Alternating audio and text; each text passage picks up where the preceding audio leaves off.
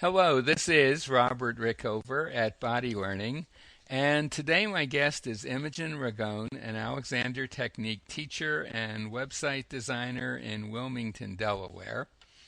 And we're going to talk today about a process that I've developed called Up with Gravity, which is utilizing the gravitational force to stand, sit, and move more easily. We've done an initial interview about the first three lessons in that process, and we're going to talk today about the next three, which in which a new element is introduced, specifically a conscious, deliberate lifting of your center of gravity. And we're going to talk about Imogen's own experiences with that, her experiences working with her students, and then we're going to talk a little bit about why it's useful to lift your center of gravity and how it fits in a bit with some Alexander ideas. Imogen, welcome to the show. Great to be here, Robert. Well, you've been here so often. So. I know. I was going to welcome you as well. Yes. Would you like me to start by describing a little about this lifting process? Sure. Basically, in the first set of lessons in the earlier interview we did, we figured out a good way to locate your center of gravity, whether you're standing or sitting. It's a little different when you're sitting. And then to use that information to move more easily using some very simple images. The problem with our center of gravity being that it's an infinitesimally small point, and certainly our overall center of gravity is not located anywhere near a useful marker of any kind. The next step in this process is that once you've become familiar with that directing of your center of gravity, you can start to use it more proactively. That is, use your center of gravity more proactively by actually lifting it. The amount of lift is never going to be more than a tiny fraction of an inch, and the amount of effort you put into lifting it can be very small, or it can be fairly large. I definitely would start with very small lifts at first, and for very short periods of time until you become comfortable with it. And it's really just a clear intent after you've connected with your center of gravity to lift it up or to pull it up. You could use that term too, and your body somehow figures out how to do that. Maybe I should start, Imogen, by asking you, did you have that experience that intent in fact brought about a lift? Yeah, absolutely. I mean, I had to be very clear about what I was lifting, as in the center of gravity and nothing else. I mean, obviously things do lift, but what I mean by that is that I'm not using any sort of upper body stuff, neck, shoulders, right? Although they may move, things may change, but the actual sort of action is going on right down there, sort of in the abdominal lower abdominal area around where the center of gravity roughly is. And that's for standing. When you're sitting, yes. It's more or less at the level of the base of your sternum. Yes. Although it's a much iffier thing to identify it precisely in sitting for various reasons. But for standing, 2 inches below your navel is pretty accurate for most people. Yeah. So you didn't have any trouble with the actual lifting process. No, and it was actually quite, surprising to me that it didn't really involve anything else because, like a lot of people, I'm very prone to tensing my neck and doing other stuff that might not be quite so healthy for me, and it really, as long as I was very clear about what I was doing, it really didn't involve any of that. And in fact, um, I kind of come to realize that if this sort of lifting, which seems to kind of give a more sort of sturdy support to um, that area, it's almost like the the rest of me can just really rest onto it better. Hmm. I don't know how to describe that. Um, Yeah, I mean, you think? often what happens if you have been doing a little holding in your shoulders, say, or your neck, when you lift your center of gravity, that holding lets go. Yeah, it's almost like it's got something more solid to be able to release onto. If that Exactly. makes, yeah. Yeah. So that's been quite a nice surprise for me. Hmm. But And yeah, and have you then used the lifted center in things like walking or sitting, so on? yeah, absolutely. I go for an almost a daily walk, and that's often a time where it's. I mean, I try and bring it in at other times as well, but that's a time when I'm sort of more consciously intending to work with myself, and yeah, it's very useful, and things get easier. I mean, there's more tone, definitely more tone and more engagement down there. I mean, something's happening. This is not just thinking and Hmm. not doing anything.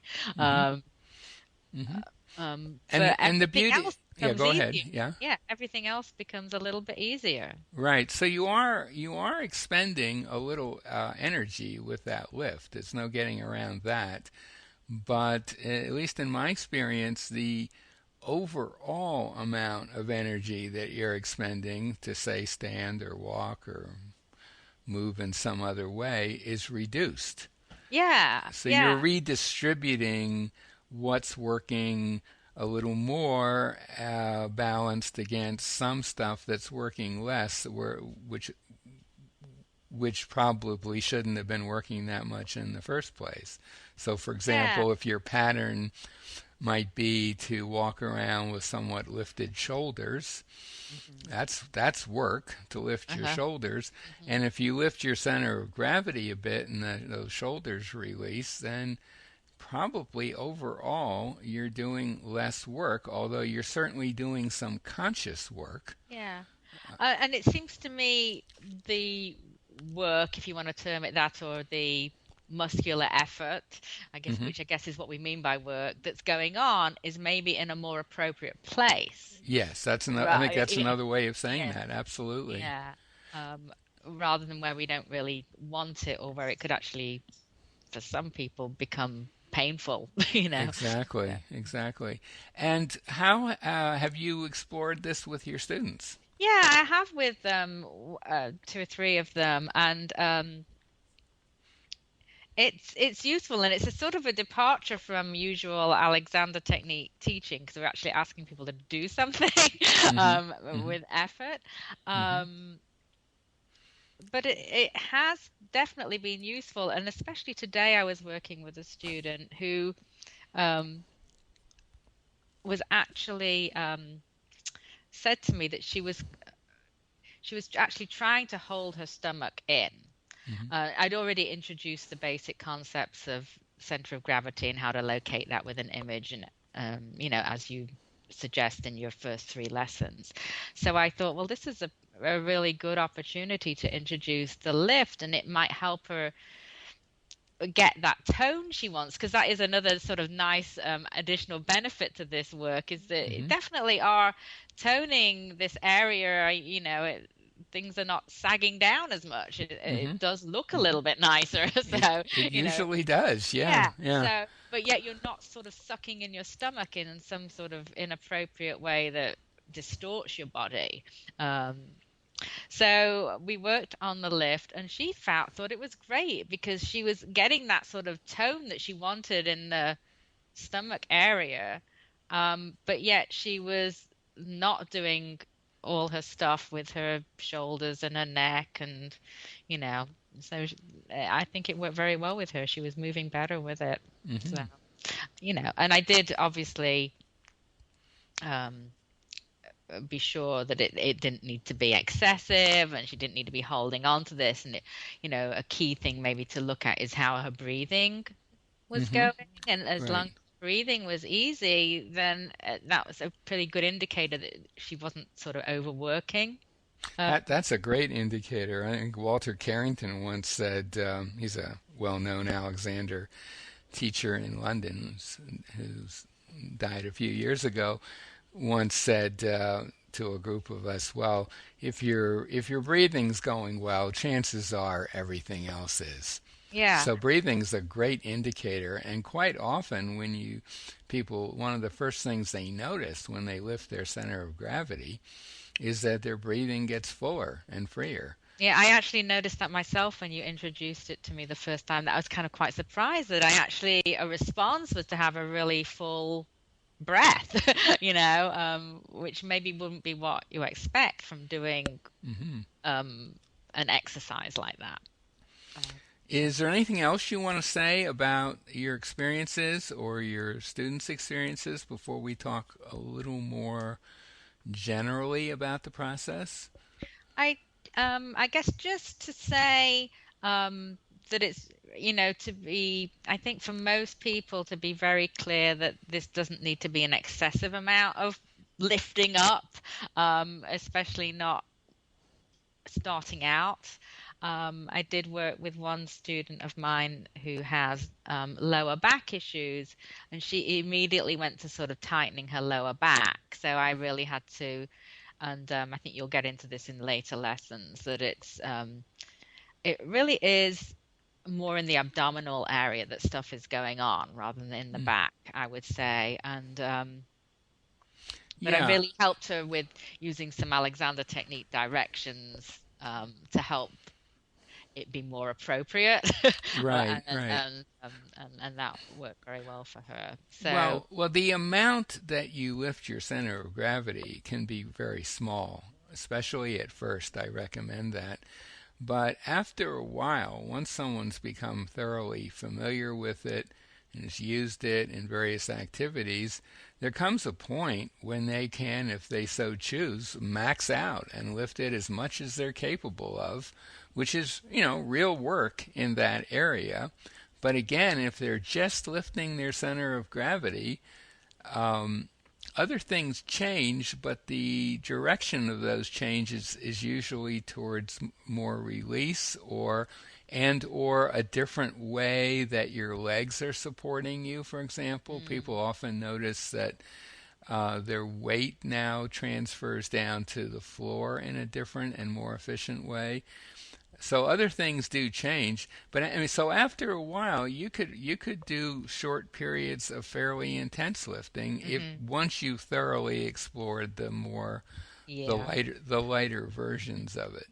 Yeah, I've really just been in the mode of introducing it recently, so we haven't quite got to those later stages Right. yet. But yeah, I can see that in myself for sure. So yeah. So maybe that kind of segues into a little discussion of maybe a very short discussion of how this fits in with something like the Alexander technique, which doesn't really seem to be about doing things so much as not doing things.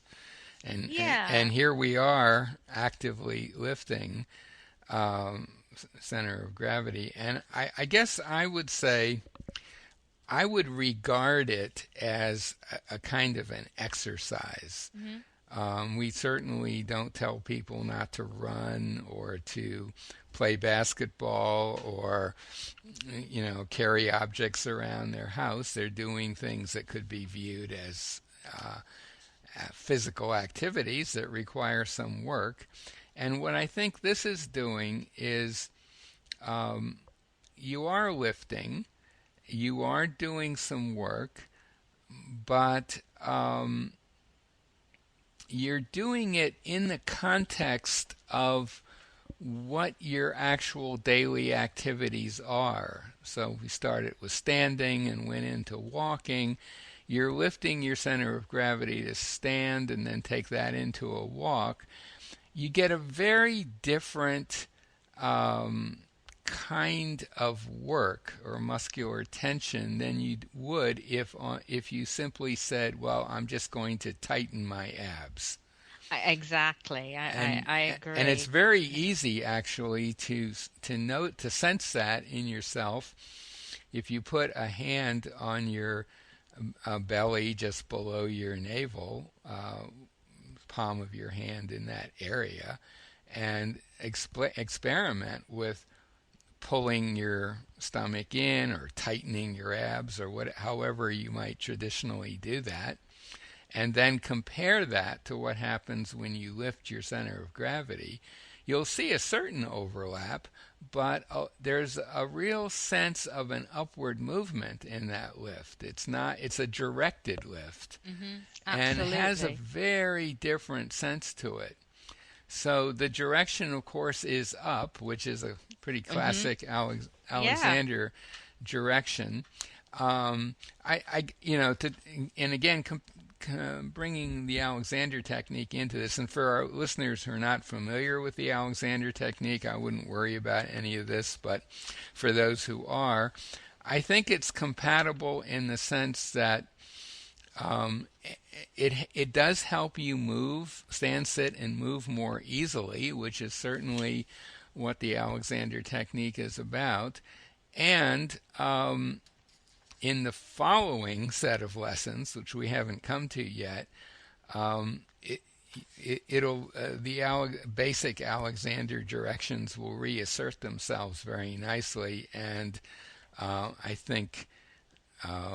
I think any concerns about lifting and doing will be mitigated by that. I guess hmm that's as far as I can say Yeah, right now. yeah, I Uh, agree. And it just, as I mentioned to you earlier, after I worked with my student this morning, I for some reason remembered Deborah Kaplan's book, Back Trouble. Deborah Kaplan was an Alexander Technique teacher and a physical therapist, and she wrote a very nice book on using the Alexander Technique to help your back, which also included some exercises, I guess, from her physical therapy background. hmm And hmm but she writes, I thought this just very much tied into what this whole center of gravity and lifting the center of gravity does for us. She writes, the lower back has no greater friend than these impressive, that's abdominal muscles, but they are often inadequately used. The abdominal muscles are a natural corset because they are perfectly constructed to give support. hmm No matter how dissatisfied you may be with the performance of your abdominals, let me assure you that they are capable of doing a good job. And she goes on later in the book to give an exercise, which she says is the purpose is to train the abdominal muscles to support the lower back. Um, and she says it's good to do this exercise frequently during the day, and the muscles will gradually get accustomed to giving more support. So this is kind of going into the same area. And so this is just in a standing position. The instructions are to gently tighten the lower abdominal muscles below the navel sufficiently to decrease the arch in your lower back. Um, and it just seems to me that's getting into the same sort of area I as think the it center is. of Yes, gravity. And is she's 2 inches also, below your navel. Yeah. yeah. hmm Um, and she's not using the words lift and she's not got the center of gravity, which I actually think make it easier to do what she's asking. hmm And then she's inviting the person to who's doing this exercise to lengthen their entire spine. So I think also if you add in the thought of the center of the gravity and you're just lifting up, you get a lengthening of the spine without having to try and do it in any way. Right. um, And um, in general, if you're doing any kind of self-direction, whether it's sort of traditional Alexander self-direction or lifting your center of gravity, you want to keep the number of self-directions to an absolute minimum because there's only so many available memory slots in our brain to do that. And for most people, doing two directions at the same time is way trickier than twice one would be. So by lifting your center of gravity, which, as you were saying, kind of takes care of those secondary things, you make for a much more efficient process because you really only have to mentally have one clear intent. Yeah. So I think that's very nice. It sort of was an interesting that it gets right, and it was also interesting that I believe you sort of started to come up with this whole system at a time when you had a back It injury. came right out of a And back and injury. this Yeah, is something that she said was very important for anyone with back trouble to really have this good support. So it all seems to just sort of tie right. in. Yeah. Yeah, I mean, in my case, the injury was in S3, I believe, S3, S4, which is very close to our center of gravity. It's right in front of S2, I believe, for most people. And I started thinking about how could I take pressure off my spine in that area because it was a pinched nerve. And then I realized, well, my center of gravity was pretty close to that. What would happen if I lifted it? That's kind of the original thought Wow. process. And then I thought, well, how would I do that? And on and on. And eventually I just realized you just had to know where it was and have the intent of lifting it. So Yeah. I would say that, and the question of, say, why you would want to lift it, another way of answering that question would be that in general, what you're really doing by lifting it is reversing an earlier pulling down of some kind. I mean, when you go into a slump, of course, your shoulders sink into themselves, but your center of gravity drops as well at the same time. Yeah. And so, one way of getting a little opening, say, in your upper torso would be to lift your overall center of gravity. Yeah. So, is there So anything else we should touch on? well, I just wanted to touch on, I didn't really mention it specifically, is working with, in sitting, working with my Mhm. sort of upper, what is the upper center of gravity? I'm My head calling it torso, seated center of gravity my these seated days. center of gravity, the one that's sort of just below the sternum. Yeah. And I do a lot of computer work and I find this really useful. Well, one, just locating it's very useful, but adding that sort of little lift just helps me. Again, it seems to help my shoulders rest more easy. It helps me move back and forth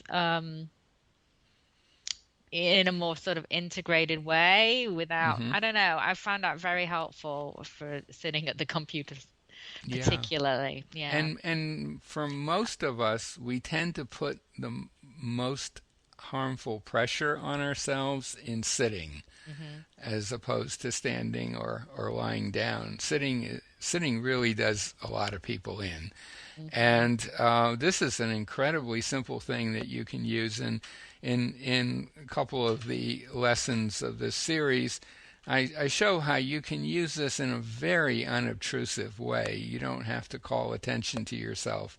You might be at a meeting or watching a movie or something where you can't really do a lot of large movements, but you can